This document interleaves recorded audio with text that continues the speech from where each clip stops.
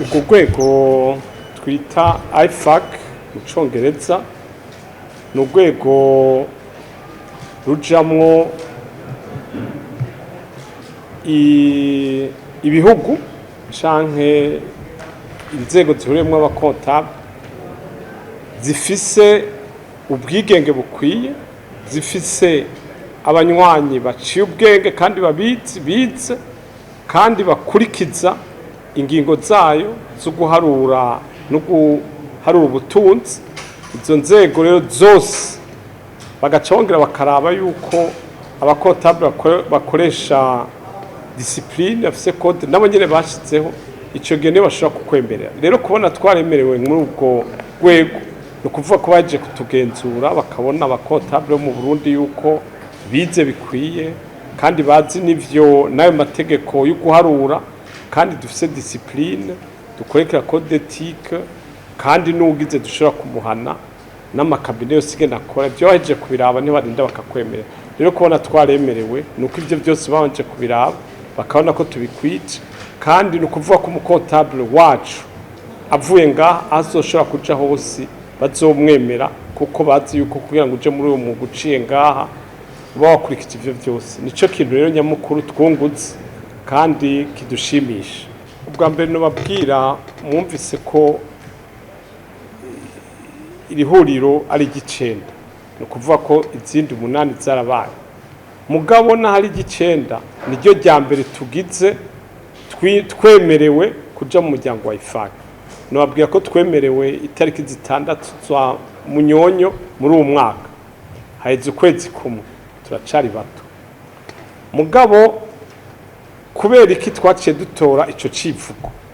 Ico no wasigurira muri iki gihe isi tugezemwo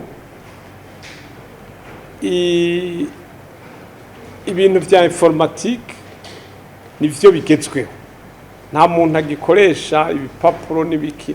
Ibintu kugira ngo uronke ibiharuro utanga ibiharuro uteza gukoresha imashini nyabwonko kandi nazo nyene itari yari yose zimwe zigezweho kugira ngo ibiharuro n'ibintu byo gutanga bibe vyahinyanyuwe neza n'ubwenge bw'umuntu mugano ubwenge bw'imashini nayo imashini ikoreshwa n'umuntu.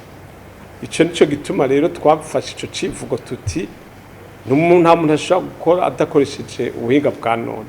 Ikiri twavuze kandi tuza kuvuga gushigikira ko ni ibintu twise normalisation, kuvuga ubuhinga bwo guharura no kumenyesha ibiharuro byavuye mu makontabilite. No kuvuga iki ico twinjiyemo mu mvise yitwa IFAC niyo ivuga ingene ibiharuro babiharura.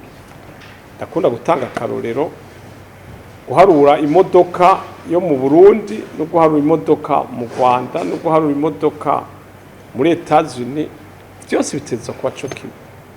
No babwira nko kuva kera baravuga bati imodoka ugasanga ifise ubusa mugabo waje hari ugasanga ifise 2 kugira ngo tumenye ko ubusa ari ubusa bwo mu Burundi arico kimwe n'ubusa bwo mu Rwanda nuko mamwe biharuye cyo kimwe kuko arashobora guharura akoresheje ubuhinga bwiwe undi agaharura ubuhinga bwiwe hama ibiharuro ntibise none vyomenyesha gute. Ico gihe rero nico gituma IFAC yavuze iti mutezwa guharura mukoreshe ubuhinga bumwe bwatanzwe na IFAC.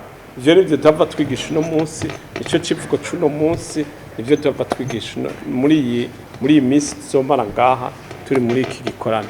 Murakoze.